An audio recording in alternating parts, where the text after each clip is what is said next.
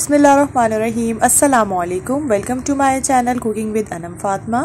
आज मैं आपके साथ बहुत ही मज़ेदार सी और यूनिक सी रेसिपी शेयर करने वाली हूँ। आज हम बनाएंगे टोमेटो चटनी। ये बहुत ही फ्लेवरफुल और मज़ेदार बन के तैयार होती है। इसके अलावा आप इसको अपने डिनर लंच में यानी खाने में भी इसको सर्व कर सकते हैं। आप कोई भी जो भी डिश बनाएंगे उसके साथ अगर इसको सर्व करेंगे ना तो यकीन जाने बहुत ही ज़बरदस्त सा इसका एक कॉम्बो बनता है। तो आप इसको ज़रूर ट्राई कीजिएगा और परफेक्ट रेसिपी बनाने के लिए वीडियो को पूरा ज़रूर देखिएगा एंड तक, क्योंकि बहुत सारी चीज़ें हम बीच में डिस्कस कर लेते हैं। तो चलिए अपनी रेसिपी को स्टार्ट करते हैं। यहाँ पर मैंने मीडियम साइज़ के कुछ टोमेटोज़ लिए हैं। ये तकरीबन 6 to 7 टोमेटोज़ हैं। आपने जितनी क्वांटिटी की चटनी बनानी है ना, आप उसी हिसाब से अपने टोमेटो जो है वो एडजस्ट कर लीजिएगा। और इसकी देखिए हम इस तरह से इसको कट लगा देंगे। सारे टोमेटो को मैं इस तरह से कट लगा लूँगी।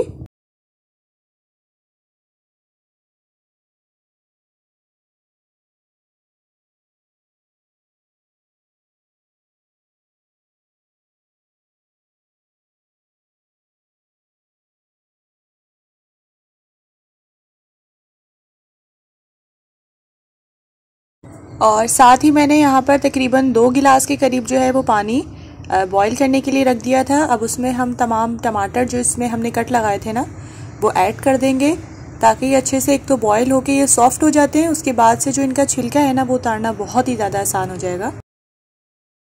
और जब भी मुझे टमाटरों के छिलके वगैरह उतारने होते हैं ना तो मैं इसी तरह से उतारती हूँ, क्योंकि ये बहुत जल्दी से फिर जो है तमाम टमाटरों के बासानी छिलके उतर जाते हैं। तो हमने इसको जस्ट बॉईल करना है तकरीबन 5 से 10 मिनट तक के लिए। फ्लेम जो है वो थोड़ी हाई भी कर सकते हैं।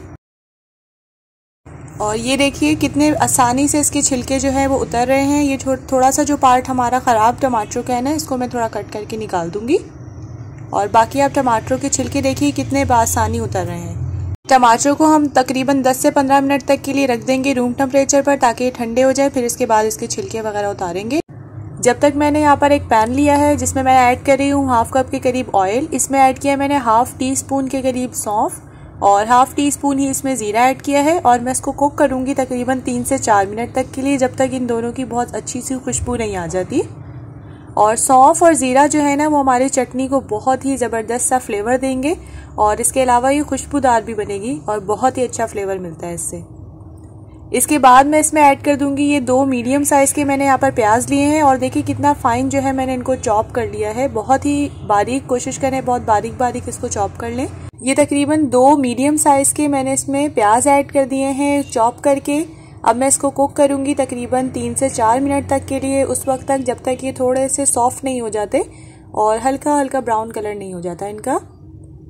मीडियम फ्लेम पर ही हमें इनको कुक करना है, क्योंकि जब हम हाई फ्लेम कर देंगे ना तो ये जो हमने बीच में सौंफ और ज़ीरा ऐड किया है वो जल सकता है। इसीलिए मीडियम फ्लेम पर ही सारा काम करना है अभी।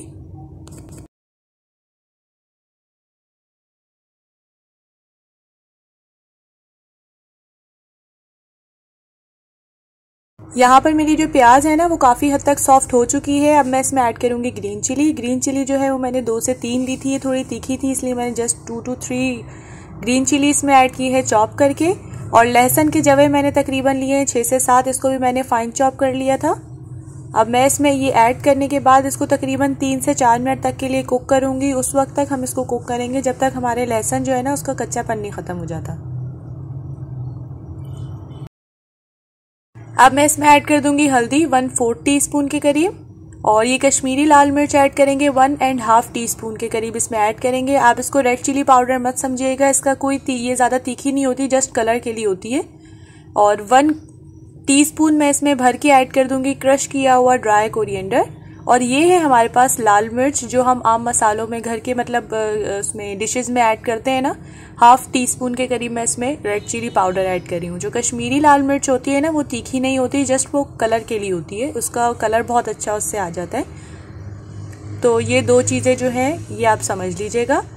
अब इस स्टेज पर हमें बहुत एहतियात बरतनी पड़ेगी, क्योंकि हमें मीडियम फ्लेम पर इसको कुक करना है। ज़्यादा हम इसको नहीं हाई फ्लेम पर कुक कर सकते, क्योंकि हमने मसाले ऐड किए हैं ऑयल में।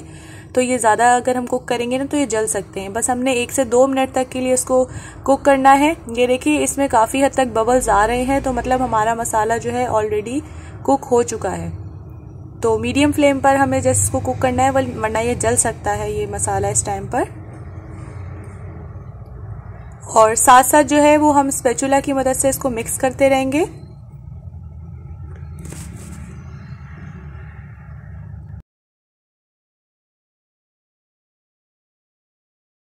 और मैं इसमें ऐड कर दूंगी तकरीबन ये हाफ कप के करीब पानी है जो मैं इसमें ऐड करूंगी थोड़ा थोड़ा करके, साथ साथ इसको मिक्स कर लूंगी।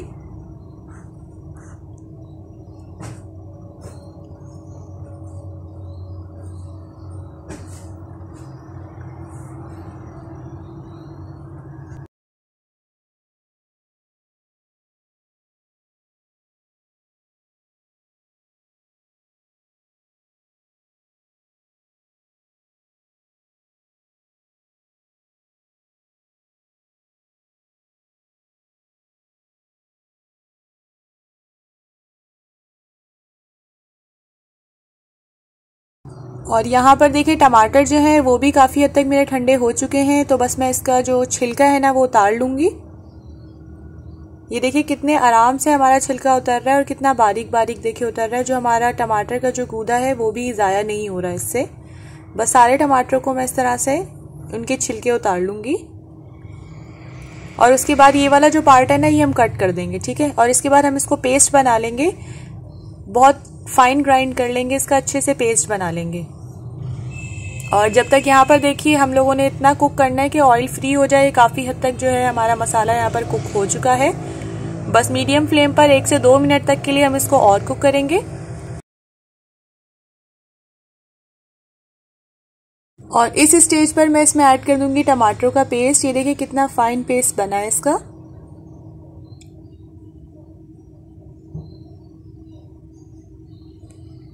और अब इसको मैं कुक करूंगी तकरीबन 8 से 10 मिनट तक के लिए। अच्छे तरीके से हमें इसको कुक करना है मीडियम फ्लेम पर।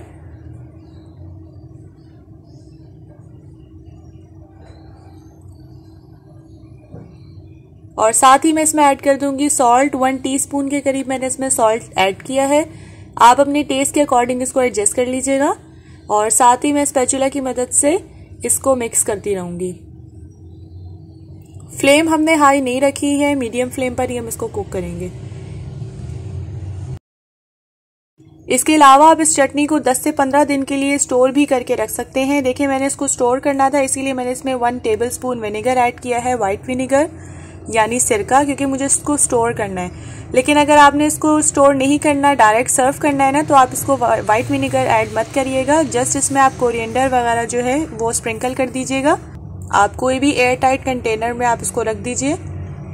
ये आराम से 10 से 15 दिन के लिए चल जाएगी।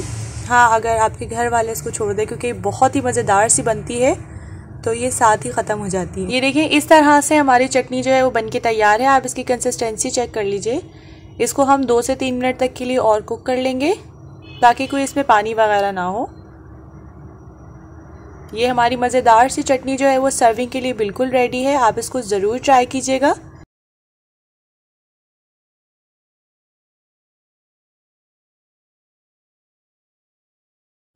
अब इसका कलर देखिए कितना अच्छा आया है और इसके अलावा ये टेस्ट में भी बहुत ज़बरदस्त बनती है। तो आप इसको ज़रूर ट्राई कीजिएगा। और अगर आपको आज की मेरी वीडियो पसंद आई हो तो आप मेरे चैनल को भी सब्सक्राइब कर लीजिएगा और बेल आइकन को प्रेस करना मत भूलिएगा, क्योंकि उससे इसी तरह से झटपट और मज़ेदार सी रेसिपी का नोटिफिकेशन सबसे पहले आप तक पहुँचेगा।